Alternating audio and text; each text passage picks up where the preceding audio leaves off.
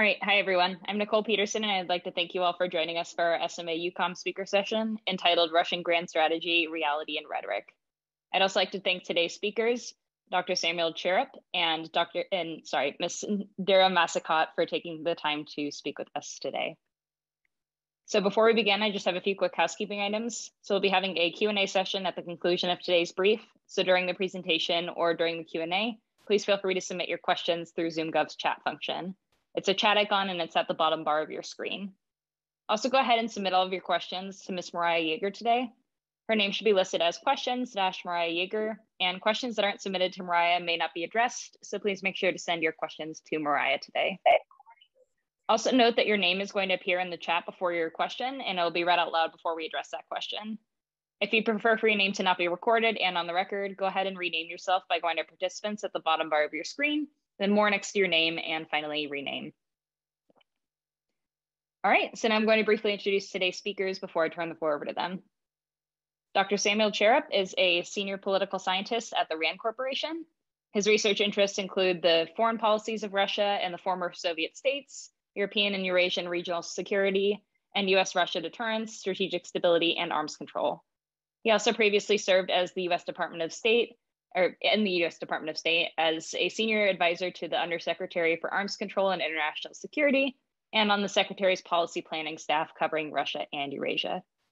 We also have Ms. Dara Massicot, who is a senior policy researcher at the RAND Corporation and is an adjunct professor in Georgetown University's Security Studies program. Ms. Massicot previously served as a senior analyst for Russian military strategy and capabilities at the Department of Defense, and her work at RAND focuses on security issues in Russia and Eurasia, like Russian military modernization, conflict and force projection studies, escalation dynamics, and US force posture and plans. So without any further ado, I will turn the floor over to today's speakers, and I will stop sharing my slides.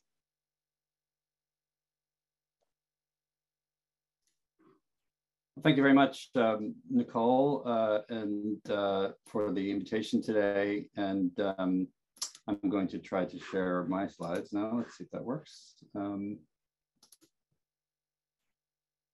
we go. Can we see them?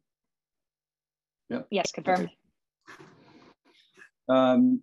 Fantastic. So we are really very happy to be here today to discuss this report that was released last month.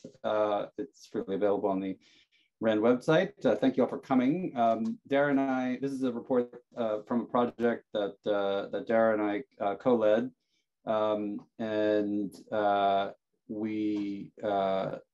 Although it was released last month, just a caveat here, the research was finalized significantly before that. So, for example, we didn't have the opportunity to incorporate the Russian national security strategy update that was released over the summer. But I think you'll see that our findings hold up despite the time lag. So we start with definitions here. We use the Barry Posen definition in our study of grand strategy. The definition of grand strategy in our study, that is, that Barry Posen that you see on your screen.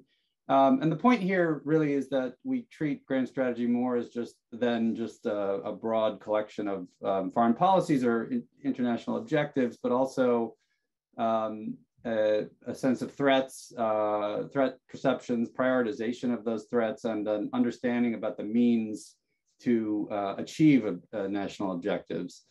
We get a little bit into the IR literature on this in the report.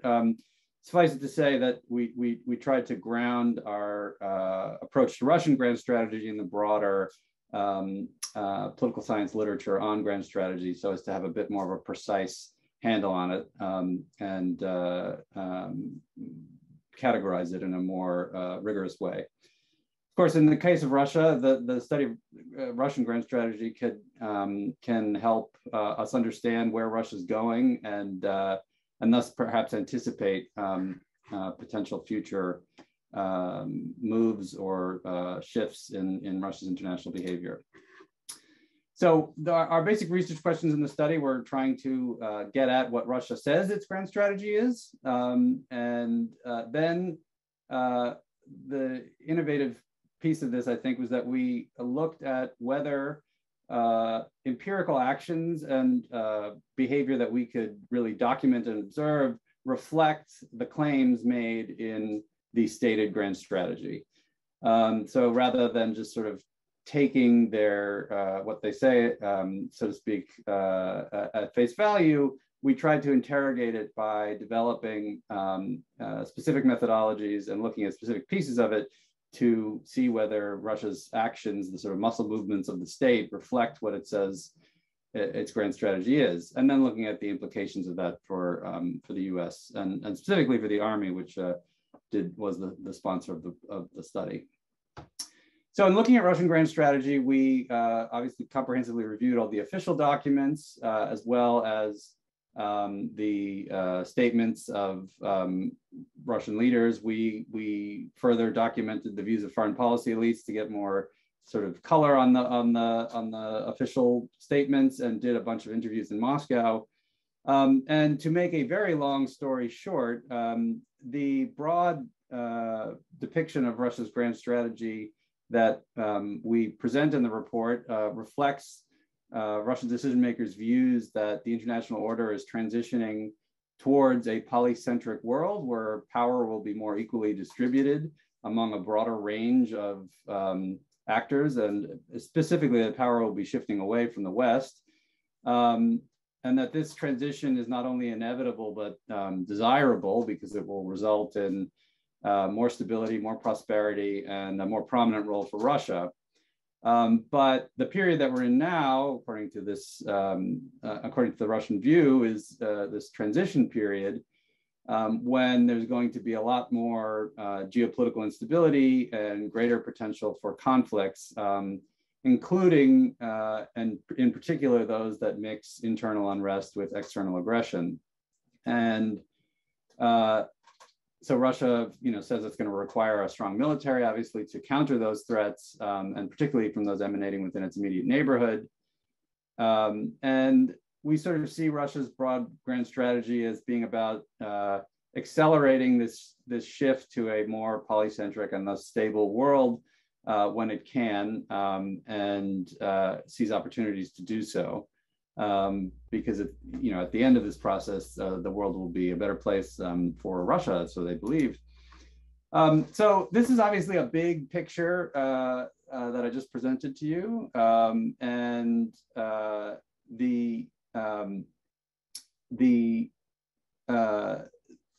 hypotheses. Basically, we tried to break down that big picture into a number of smaller pieces, and what we did is we chose 6 elements of this broader story to look at more closely. And we chose them because they're central to the strategy, they're important for the US, and because they're subject to debate in the field of Russian studies and the broader policy community, and they're salient for US decision makers. So we used each of these key elements to generate hypotheses about how Russia would behave if what it says on paper, so to speak, would be reflected in its actions. And then we tested those hypotheses against empirical observations, sometimes involving original data sets that we created for this purpose, to see if Russia's actions match the key elements of its stated grand strategy. And so I'm going to briefly present the 6 elements that we look at in the report. In our presentation today, we're going to go into detail only about 4 of the 6, and we're going to present them to you in order by who was the sort of leader of those respective research streams. As you heard from Nicole, Dara is much more of the military specialist, so I'm going to be talking about more of the foreign policy components, and she'll be handling the military ones. And we can get into some discussion of the 2 that we're not going to be presenting in the Q&A if you're interested. We just want to shorten it for the purposes of time here. These are the are three of the six that we looked at. The first is about the nature of the interrelationship between domestic instability and interstate war, specifically that they are becoming more integrated. The second is how Russia talks about its role in its neighborhood. Again, this is what Russia says, it's not our analysis. The third is about the nature of what kind of contingencies that Russia needs to be prepared for, and specifically what kind of echelon of warfare those will involve. The fourth is about the question of whether Russia needs an expeditionary military capability. The fifth is about Russia's objectives vis-a-vis the West. Russia states that it doesn't seek to weaken the West, but instead is more about changing Western foreign policy behavior. We tried to interrogate that claim. And finally, we looked at the claim regarding Russia's own pivot away from the West towards what it calls new centers of power, reflecting this broader power transition in the international system. So I'll speak briefly now about the two of those six, and then hand it over to Dara to present two more and our broader conclusions from the study. So in Russia's strategy documents, it presents itself as a sort of benign leader of the broader post-Soviet region, consolidating integration, of course. Now, the benign part, obviously, there's a lot of reason to question that. But we devised basically different kinds of frameworks of potential ways regional hegemons might relate to their smaller neighbors, and looked at a spectrum of regional integration outcomes that might be acceptable to Russia, basically, from the imperial on the one hand to the completely hands-off approach on the other. And it allowed us to generate expectations of behavior regarding Russia's own stated claims to benign leadership versus the sort of more imperialistic approach that many critics of Russian foreign policy allege. And we found that this is just a very mixed bag. That Russia's approach varies dramatically from one country to the next of the 11 former Soviet republics besides the Baltic states. That it has largely resorted to coercion to prevent these states from joining Western-led integration projects, be it the EU or NATO. But in several cases, when that coercion has failed, Moscow seems to have reconciled itself to outcomes that were significantly less than its stated objectives. Of course, the major exception here is Ukraine, where Moscow has not only resorted to far more coercive actions than in other cases, but also has not accepted failing to get what it wants. But the cases of non-coercion are equally interesting. So you have Uzbekistan, which left the Russia-led Collective Security Treaty Organization. And while Russia clearly didn't like that, it also Uzbekistan didn't face retribution for that move. Azerbaijan has studiously stayed out of any Russia-led regional integration efforts, but nonetheless has quite a significant strategic relationship with Russia, as was demonstrated, I think, in the context of Russia's reaction to the Nagorno-Karabakh war in 2020. So what our conclusion here is, rather than either the Russian claim to a benign strategy or the critics who allege a comprehensive strategy of regional domination, what we see here is more inconsistency and even incoherence. Russia's often trying to achieve what its stated objectives are, but it fails. And when it does, it has often accepted lower levels of hierarchy, with the prominent exception of Ukraine.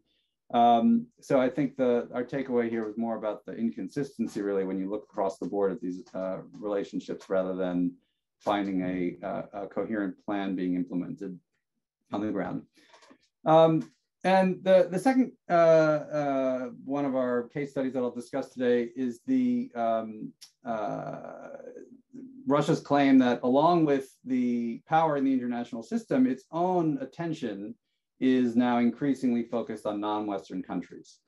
And this claim that Russia makes has been questioned by many, stating that, you know, Russia is ultimately a European country, and its trade and other ties with Europe will sort of always trump any relations it has with the non-West.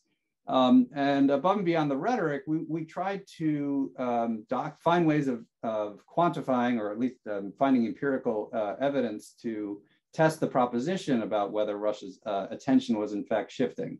So we created a number of original data sets.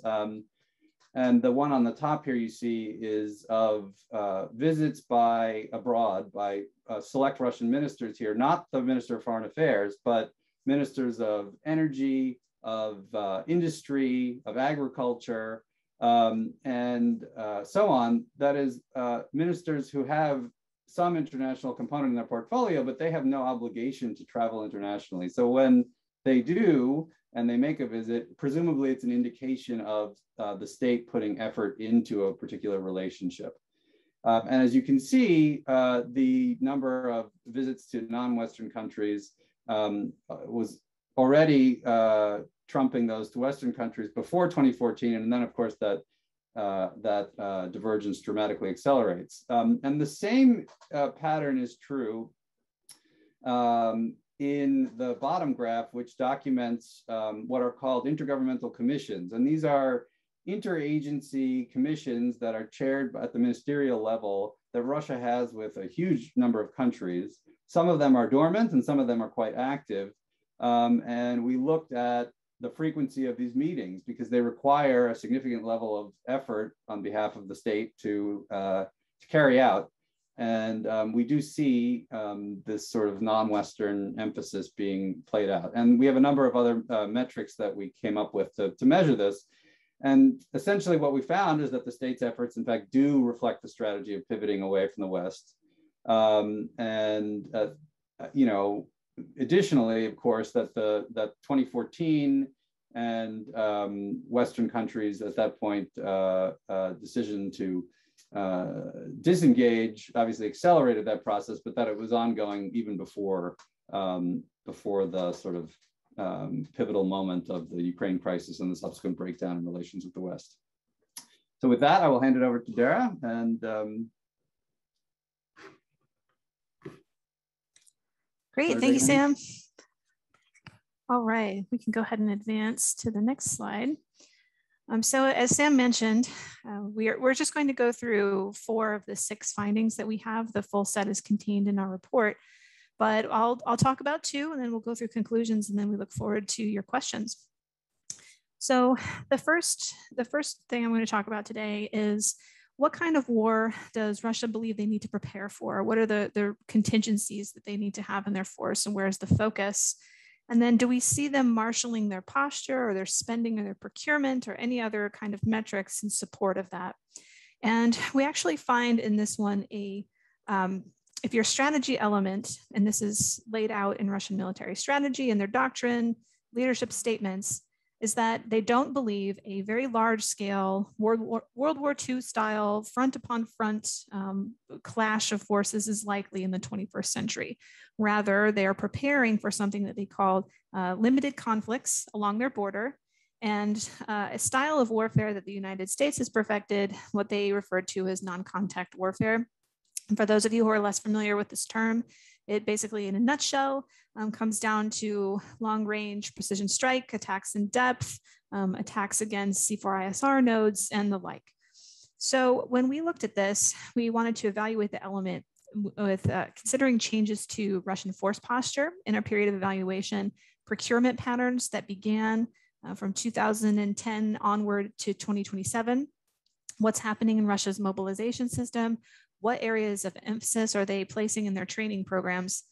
And we found that although the stated strategy is still true, in that Russia considers the aerospace domain a center of gravity for modern warfare, they're making significant investments in conventional precision strike. These sectors today are comparatively less of a priority than what their strategy would claim, and certainly where they thought that they would be in 2020 when they started out. There's a few different reasons for that. There's organically, prior to 2014, reasons why within the Russian Ministry of Defense that they wanted to perhaps move back towards having heavier land power. But we do find that that trend accelerated after 2014, after the conflict with Ukraine. We're seeing more heavily armed formations entering back into the army, back into the airborne, back into the naval infantry. Training exercises are also pivoting their focus on a higher end adversary at a higher echelon at the what they call the regional level of war. That's not the highest level, but essentially that's a level of warfare where it's a group of countries together that they need to be prepared for. And so when we looked at what they were doing with their force posture in this time period, if you believe that force posture modifications and changes are an indicator of the Kremlin's priorities, and as a forces analyst, I tend to believe that they are, it's clear that having more forces, be it land, be it sea, be it air power, adjacent to Ukraine is a top priority. To a lesser extent, but very close behind, is improving the posture near northwestern Russia and Kaliningrad. Now, since we've published this report, there have also been a few modifications out in the Far East as well, in anticipation of what we may end up choosing to do with the post-INF world that we are currently living in. So in sum, with this element, we do not see evidence in their mobilization system, their defense base, their orders of battle, or their military manning plans for the future that Russia is going to be structurally able to support a very large-scale, protracted, conventional World War II style of war of territorial occupation. It's just not in the strategy, and it's not in the force structure. But nevertheless, we do find them becoming increasingly attracted to these larger ground-focused kind of groupings. Next slide, please. And then the final element that we want to discuss today is that about Russia's power projection capabilities. How do you explain something like Syria? It's not really in the strategy. Russian military strategy, Russian security strategy more broadly does not articulate a clear need for an expeditionary military force other than its nuclear triad, which of course maintains that global reach. So in our study, we defined expeditionary military power as out-of-area operations, operations in a country that is not contiguous with Russia. So deployments to Tajikistan, contiguous, not counting, but Afghanistan, you have to hop, skip, and jump to get there. So in this one, we do find a match between Russian strategy and the actions that they are building. So to evaluate this one, we looked at military structure, present and future, for 3 key pillars that we think are pretty important to expeditionary power and where our research led us. So that's readiness, sustainability, and mobility. These 3 requisite areas are essential for a expeditionary military along the lines of the United States or even the Soviet Union and some of our NATO allies. And so we find for Russia that these 3 pillars are fragile or lacking altogether in these crucial areas. In readiness, there are issues with equipment serviceability. Russia still has a mixed manning system, so you have to subtract an entire percentage of their military that is not able and not trained to legally not able to be deployed abroad. They also lack a network of foreign bases, even though they've been trying in recent years to secure these relationships abroad. They're just not able to get most of them over the line. So they just don't have that ready-made deployment capability. They also don't have in-theater support that they can count on from their allies and partners other than, maybe overflight or the ability in Central Asia to use some of the territory, but none of their partners really bring a lot of high-end military capability or support to the scenario here. And then finally, with mobility, Russia's having problems with strategic air and sea lift. That is not expected to resolve itself to 2027. They do not have deployment routes that aren't subject to political interference at times, and they just don't have that kind of modular force structure that's designed to be picked up and moved. Now, can they do it? Yes. Syria is a good example of how Russia can think creatively about a makeshift capability. It's very ad hoc. They had to build this route, whether it was down through the Black Sea or getting overflight clearance from Iran through Iraq and into Syria. But the important thing to remember is that is a very small force. At its peak, you're looking at maybe 3,000 to 5,000 troops. It's not really stressing their lines. Anything more than that, some Russian analysts have suggested that if you start to go up to the 20,000 personnel level, you'll essentially start to break these things. So it's just not a permanently ready force. And then we find that in their traditional deployable forces, the rapid reaction forces like VDV and the others, there is a trend over time for these pieces of equipment to become larger and heavier and more difficult to transport over the sea or fly in via air. Next slide, please. So just to share some broad brush conclusions with you, there's many more in the report. I highly encourage you to read it if you haven't, and we're awfully proud of it. But to share some observations, we find that Russia's stated strategy can generally be considered a reliable predictor of the state's efforts. So we did not discover a shadow or revealed strategy here. We found that in general, you can look at the words and expect to see the state's resources marshaled appropriately. So we did find through Sam's work and through what the chapters that I led, looking at what was happening in the force, the exogenous shock of the Maidan revolution in Ukraine can account for several divergences that we're finding between the stated strategy and the behavior. That event sharpened their threat perceptions and it accelerated trends, some of which we saw happening before 2014, but that was a really pivotal moment for them where they had to do some reassessment here.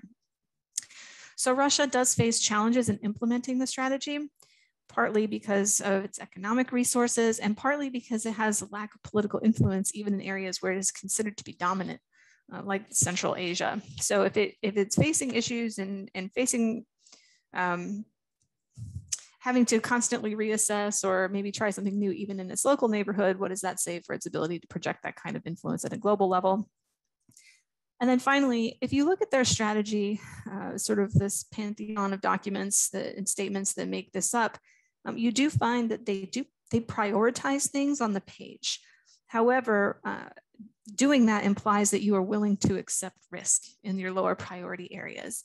But we find when the elements that we looked at, Russia has such a pervasive sense of insecurity that they're not really able to accept risk. And they are trying to make progress in multiple different kinds of fronts at once. So what this does is it prevents really optimal resource allocation and it constrains them because they don't have that much to go around. So they're not willing to neglect certain areas. They try to make little investments over time in multiple baskets. And again, to foot stomp, from what we were able to uncover in our report is that we don't find that their revealed strategy is fundamentally different than what you can read about. Next slide, please. And then finally, some implications here. And this may not be a surprise, but strategic competition is likely to remain most intense around Russia's immediate post-Soviet Eurasian periphery. Although, as Sam pointed out, their influence and approach does vary from country to country in that region. They have used the military as a tool of coercion at times, although we don't find that their goals, at least what we can see, is to impose total control, but rather to prevent its neighbors from integrating into rival economic and political blocs.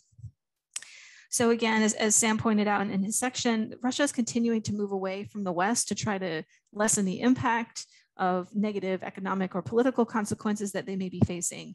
And over time, as they curate those relationships in Asia, in South America, in Africa, in the Middle East, it may lessen the impact of Western tools that we tend to use a lot, like sanctions or other political leverage. And then finally, as alluded to before, Russia's trying to make make progress in multiple areas at once in terms of military modernization and setting its force posture, from having world-class nuclear weapons to trying to maintain an edge in the hypersonic game to having the ability to respond rapidly around its portfolio. So that's like a sort of a superpowers set of problems on not a superpowers budget. So essentially what that does is it stalls them in terms of how quickly they can make progress, or if they make progress, then they can't really replicate it at scale. Next slide, please.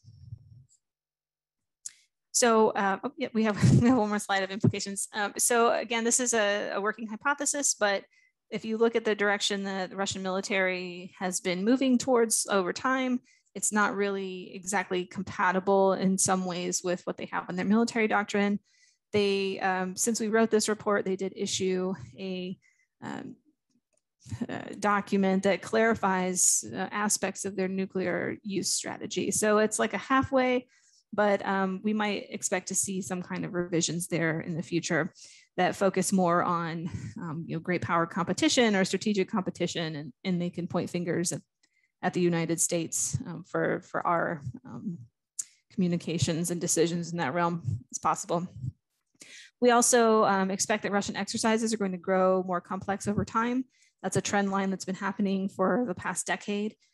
For some of their strategic exercises that they do annually, now we're seeing 2+ military districts or elements of 3 military districts altogether.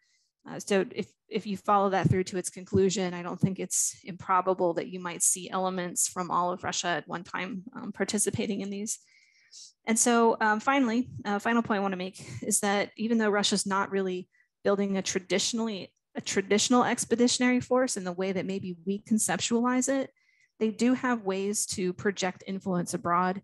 And if you think about their use of SOF, if you think about their use of PMCs, or how they use their intelligence operatives, this is maybe a Russian model emerging of expeditionary power. Sometimes it's bolstered with military force, sometimes not. They're using their tools creatively to influence events abroad, and certainly this trend is ongoing and expanding.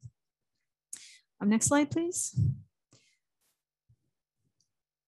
And so this is our research team. I highly encourage you to check out all of these individuals. They're all rock stars in their own different areas of expertise. We have a link to our report there on the bottom. You can find it, the entire report on RAND's website. And then I think we have one more slide that I'll just leave up. And then after that, this is just a brief summary of our findings. We have 2 more that we can discuss on, if you want, in Q&A on the integration of external and internal threats and Russia's approach to the West. But other than that, happy to turn it over to our hosts for Q&A. Thanks, everybody. All right, well, thank you both. Sam, can you stop sharing the slides, please? There we go. All right, let me adjust the screen view very quickly, and then we will go ahead and begin with the Q&A. All right, so the first 2 questions that I will pair together, let's see. So they will come from, let's pair together questions from Larry Kusnar and someone named GP. So these questions ask, Larry's question asks, is Russia inconsistent or adapting their strategy to each country's context? And the question from GP was, is the inconsistency towards neighbors related to what Russia might consider its vulnerable geography?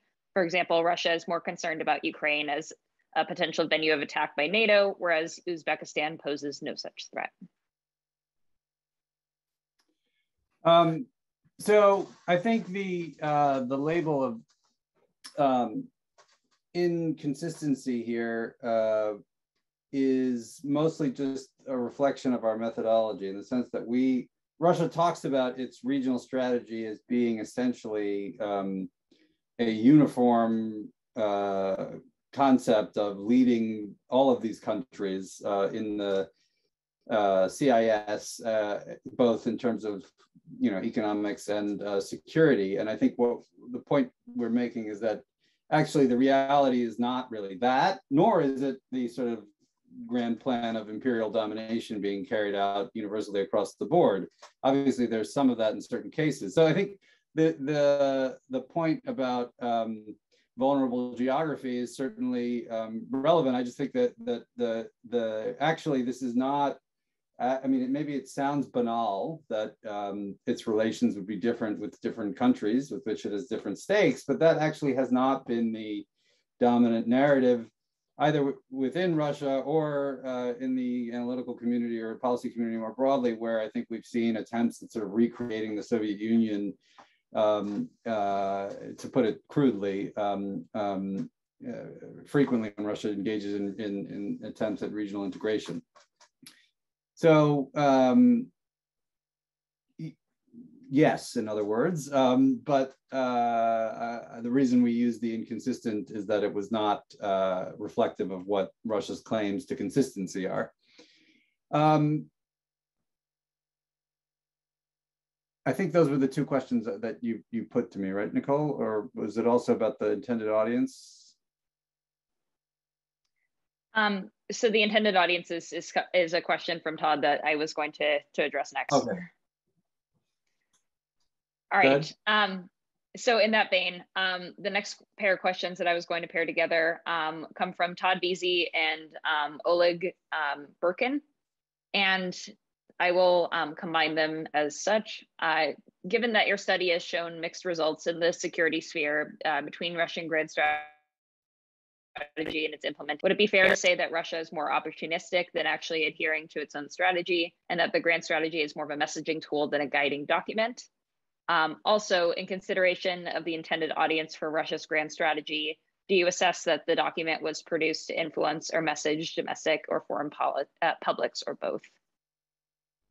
So I'll just briefly, maybe Dara has some thoughts on this as well, but we do get into this question about why states produce strategic documents, and clearly there are multiple audiences, but essentially trying to interrogate the stated strategy and looking at what they say and what they do and trying to see if those things match is a way of getting at the question of, is this just a, sort of mystification, a sort of grand maskirovka, or some sort of a deception to hoodwink the world, when in fact Russia has something else going on in its actual in the way it actually does business. And I think there's broadly speaking, we found that it wasn't that kind of just about deception. Obviously, there is some framing public messaging going on here, both to domestic and international. No one would debate that, I think.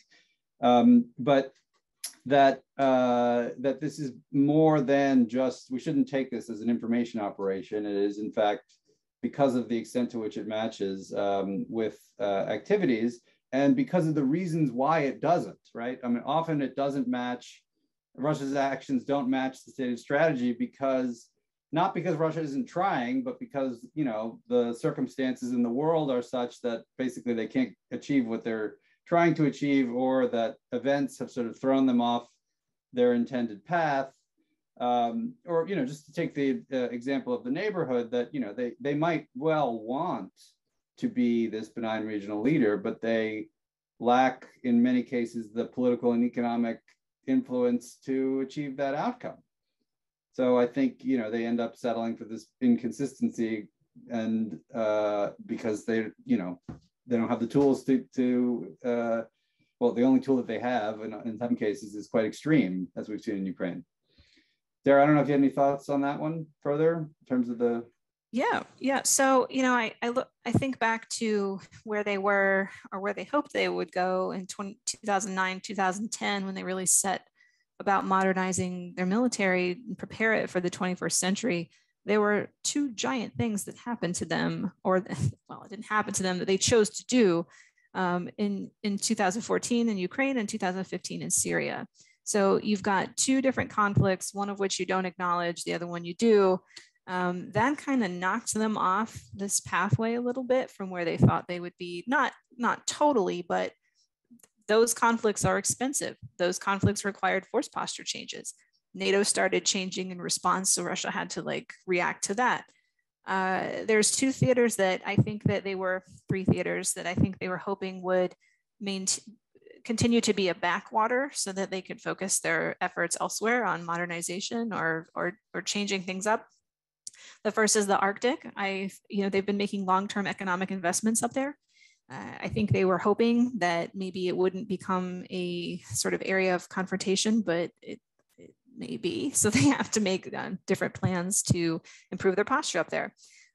They always knew we would leave Afghanistan at some point. You can see them making preparations for that for multiple years in advance of our actual withdrawal.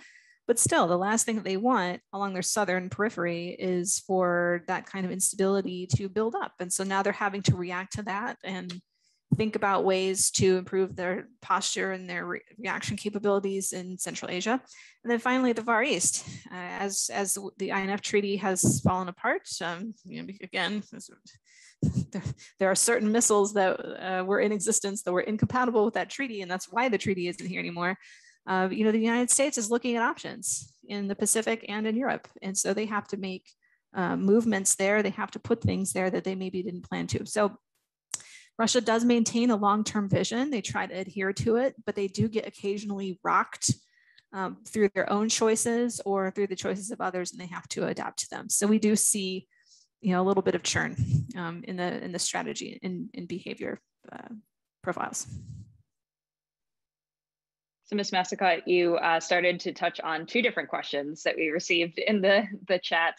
One of them was asking if this study in particular looked at Russia's intentions in the Arctic. And then the second question goes into Russia's activities in the Middle East and Africa. Before we go there, is there anything else that you want to state on at least this particular efforts look into Russia's involvement in the Arctic?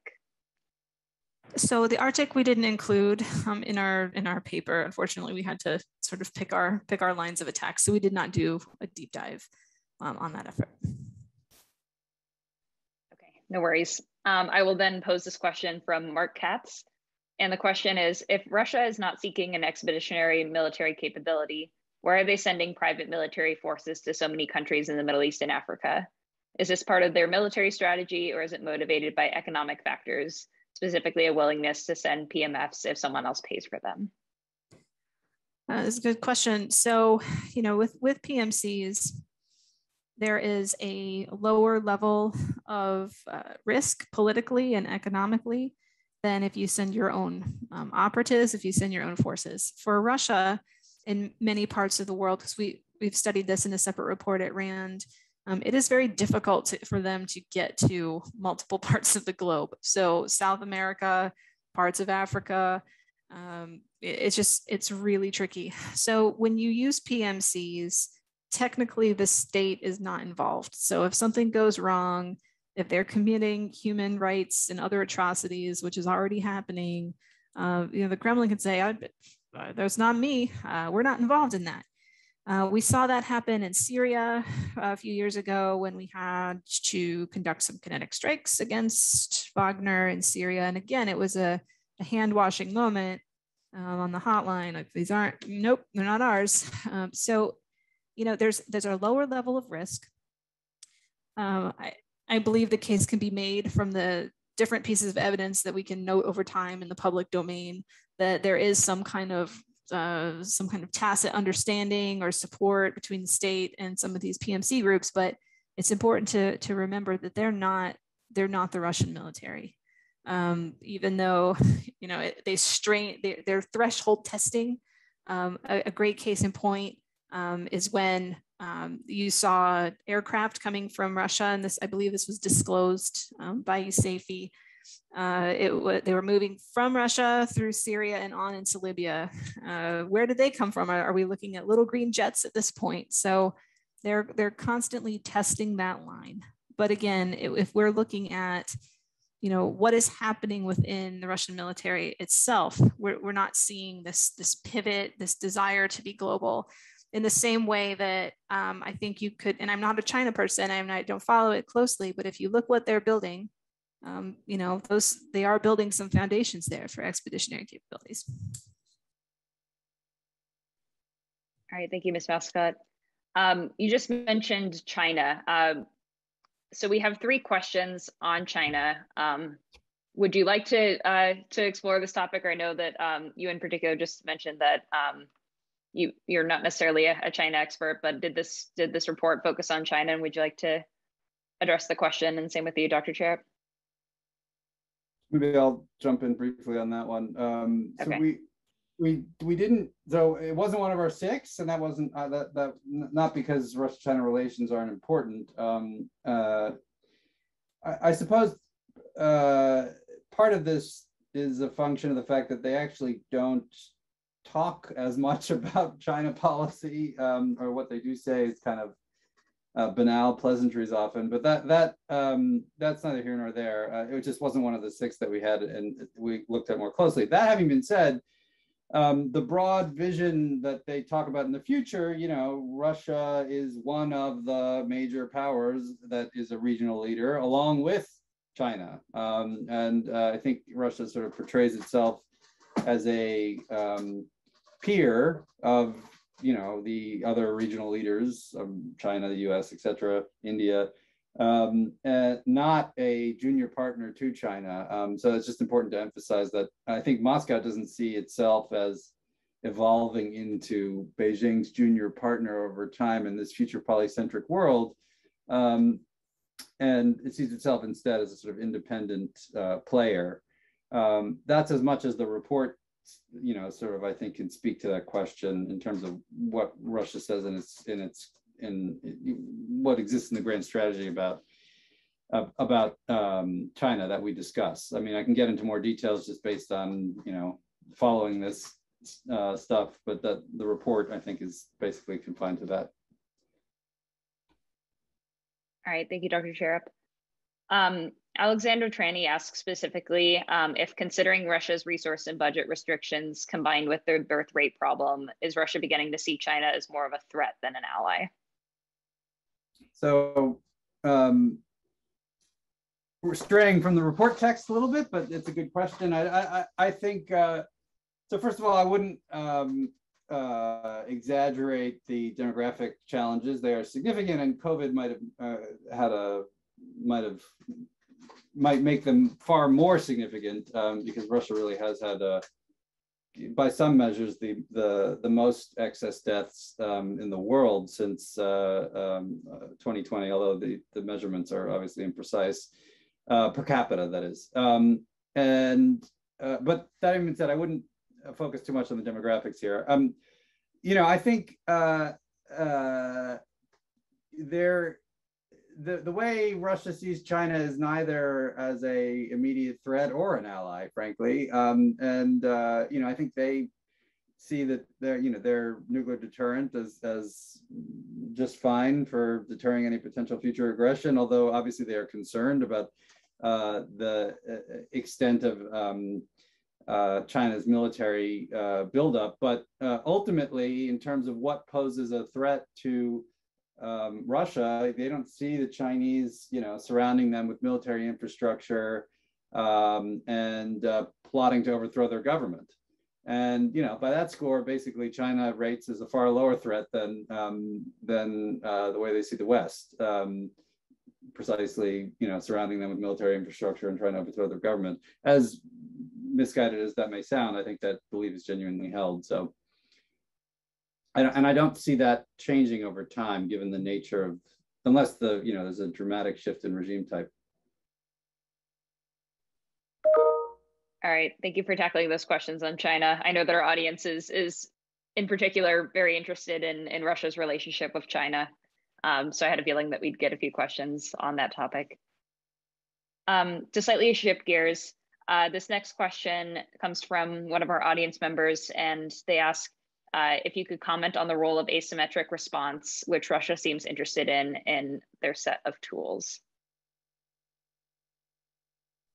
Sure, I can go ahead and take a stab at that. So some themes that we have explored in this report were Russia coming to terms over time with how expensive the style of warfare that the United States prefers to fight is. If you're going to launch Tomahawks and JASSMs and everything else to essentially decapitate a regime or conduct your operations that way, it's very expensive.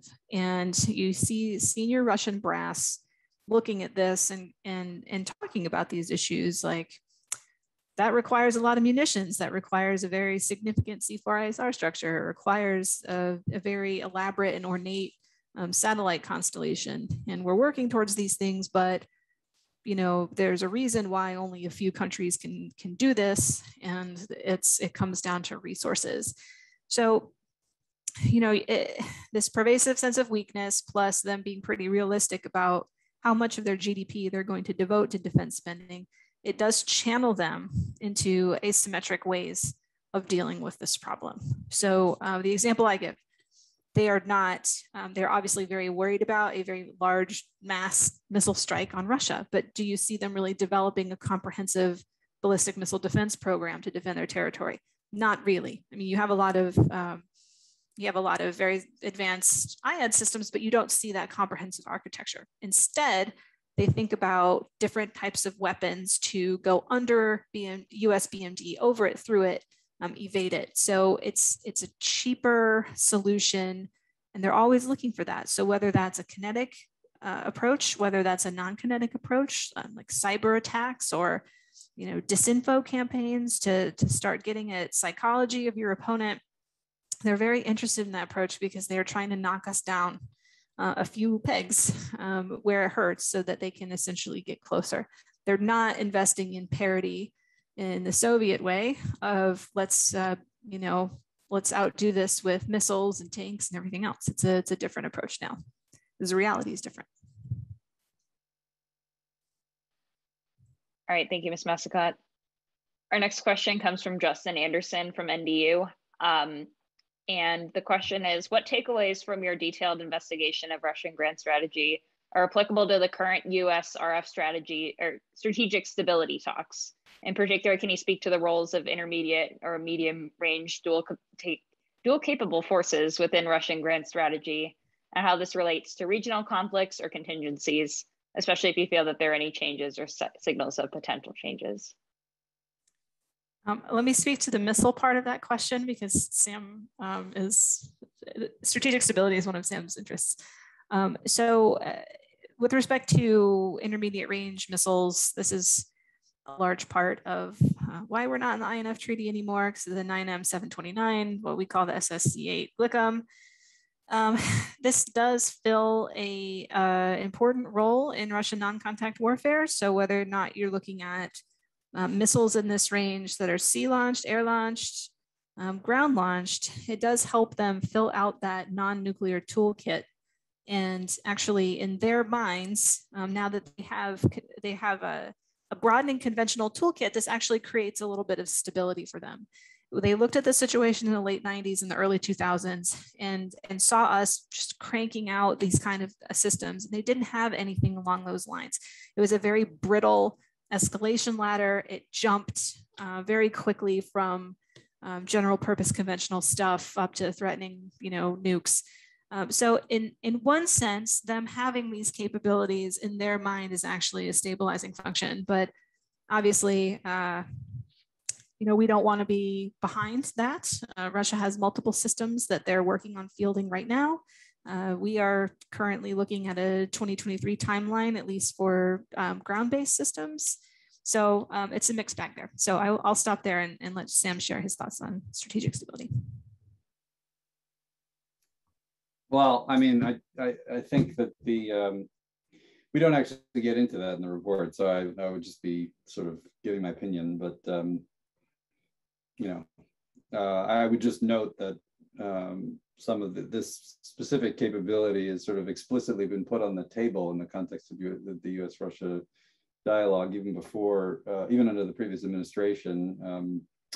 So it will be interesting to see how that plays out in the context of the new strategic stability dialogue. All right, thank you both. So I think we have time to fit in two more questions. The first one comes from Larry Kusnar, and it is, do you think that Russia has privileged information warfare? And if so, is this a function of military weakness compared to the US and West?